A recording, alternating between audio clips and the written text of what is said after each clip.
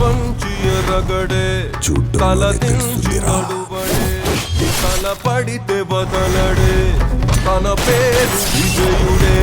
వాడిని కంటిన్యూస్గా వాచ్ చేస్తూనే ఉండండి. విశ్వా నేను వెళ్తాం.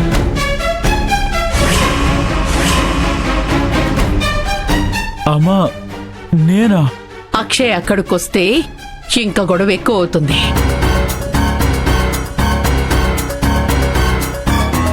ఎస్ఐ గారు, నేను స్టేషన్కి వస్తున్నాను, పదండి. పిన్ని, అక్షయ్, నా మాట కాదని నా కోసం నువ్వు పోలీస్ స్టేషన్కి వస్తే నా మీదొట్టే.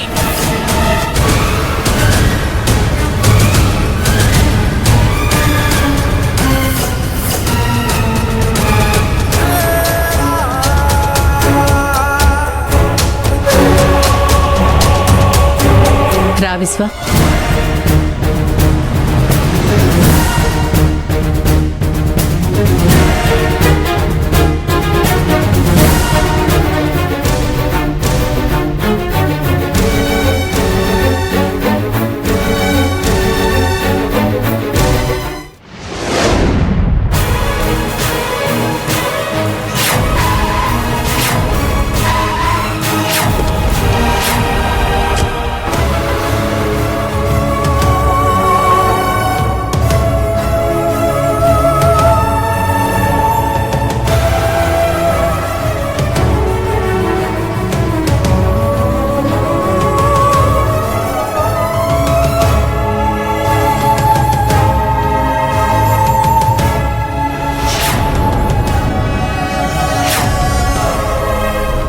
ఇంద్రాణి,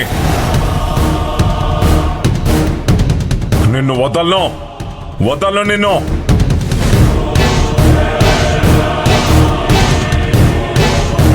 నన్ను వదలండి. ఈ రాక్షసే నా కొడుకుని చంపేసింది.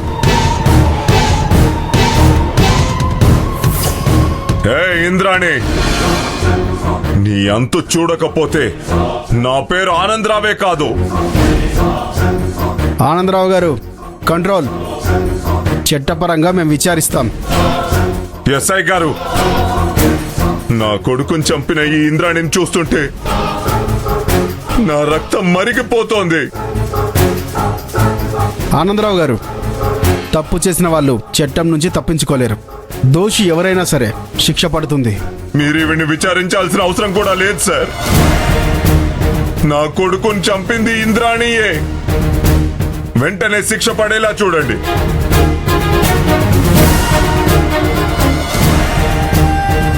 ఆనందరావు గారు, మీరిలాగే గొడవ చేస్తే మిమ్మల్ని బయటికి పంపించాల్సి ఉంటుంది.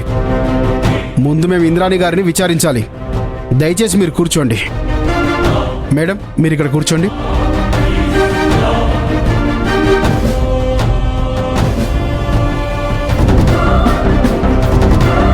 మేడం, రాజేష్ హత్య జరిగింది.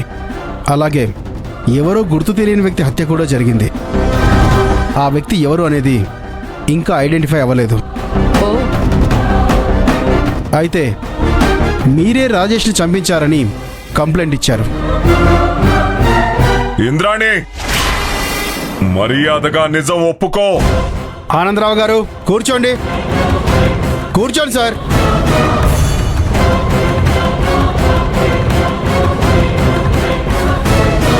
రాజేష్ గురించి నాకు బాగా తెలిసేసే గారు. రాజేష్ ప్రేమ ప్రేమ అంటూ ఒక అమ్మాయి వెంట పడుతూ ఇబ్బంది పెట్టేవాడు. ఆ అమ్మాయి ఎవరో కాదు, నా కోడలి చెల్లెలు. ఆ తర్వాత మా అన్నయ్య కొడుకుతో తన పెళ్లి జరిపించి మా ఇంటికి తీసుకొచ్చుకున్నాను.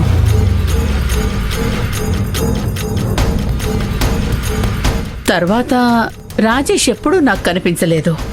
ఊరు వదిలి వెళ్లిపోయాడని చెప్పుకుంటుంటే విన్నానంతే. ఊరు వదిలిపెట్టి వెళ్ళిన రాజేష్ మళ్ళీ తిరిగొచ్చాడు ఇంద్రాణి గారు. తిరిగి వచ్చిన 2 రోజులకే అతని హత్య జరిగింది. అవునా? నాకదంతా తెలియదెస్సే గారు. ఈరోజు మా ఇంట్లో ఫంక్షన్ ఉంది కదా, ఆ ఏర్పాట్లలో మేమున్నాం. అసలు ఈ హత్య ఎలా జరిగింది, రాజేష్ని షూట్ చేసి చంపారు. ఓ అయ్యో, అలాగే ఇంకొక డెడ్ బాడీ కూడా దొరికింది. అతన్ని కూడా షూట్ చేసి చంపారు. అంతేకాదు రాజేష్ మొహాన్ని గుర్తుపట్టని విధంగా కొట్టారు. అయ్యయ్యో, ఇలా జరిగిపోయింది ఏంటి? ఈ హత్య నిన్న రాత్రే జరిగిందని మా ఇన్వెస్టిగేషన్లో తెలిసింది. మీరు నిన్న రాత్రి ఎక్కడున్నారు? అద్దె అలా అడగండి ఎస్ఐ గారు. ఎస్ఐ గారు, నేను రాజేష్ని చంపించాను అంటే మీరు నమ్ముతున్నారా? మీ మీద కంప్లైంట్ ఇచ్చారు కాబట్టి మిమ్మల్ని విచారించాల్సిందే మేడం.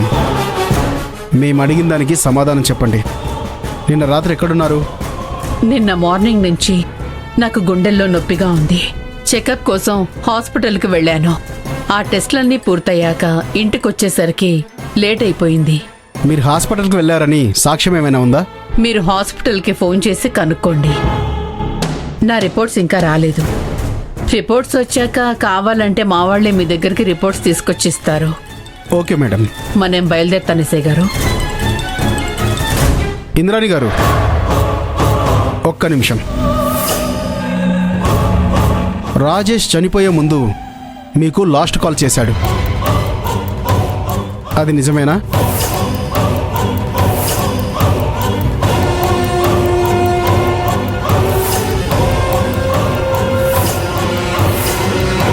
చెప్పు.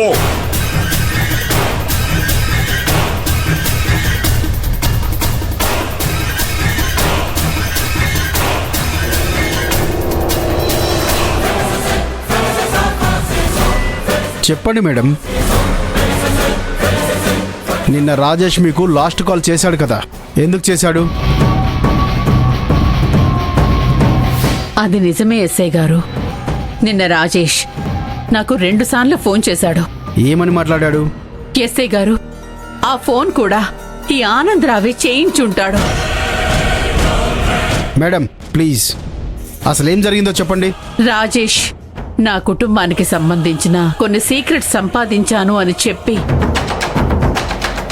మమ్మల్ని బ్లాక్మెయిల్ చేయాలని చూశాడు.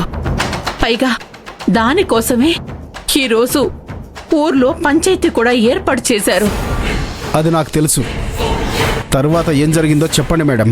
పంచాయతీకి రావాలని చెప్పడానికే రాజేష్ నాకు ఫోన్ చేశాడు. అంతేకాదు, మళ్ళీ సంధ్యని తీసుకొచ్చి వాడితో పెళ్లి జరిపించమని అడిగాడు. అలా మాట్లాడితే ఎవరికి కోపం రాదు సార్. అందుకే కొంచెం కోపంగా మాట్లాడి ఫోన్ కట్ చేశాను. నేను హాస్పిటల్కి వెళ్ళాక మళ్ళీ ఫోన్ రాలేదు. ఎస్ఐ గారు, ఈ ఇంద్రాణి చెప్పేదంతా కట్టు కథ, మీరు నమ్మద్దు. నా కొడుకు ప్రాణాల్ని బలి తీసుకొని ఎంతలా నటిస్తోందో చూడండి.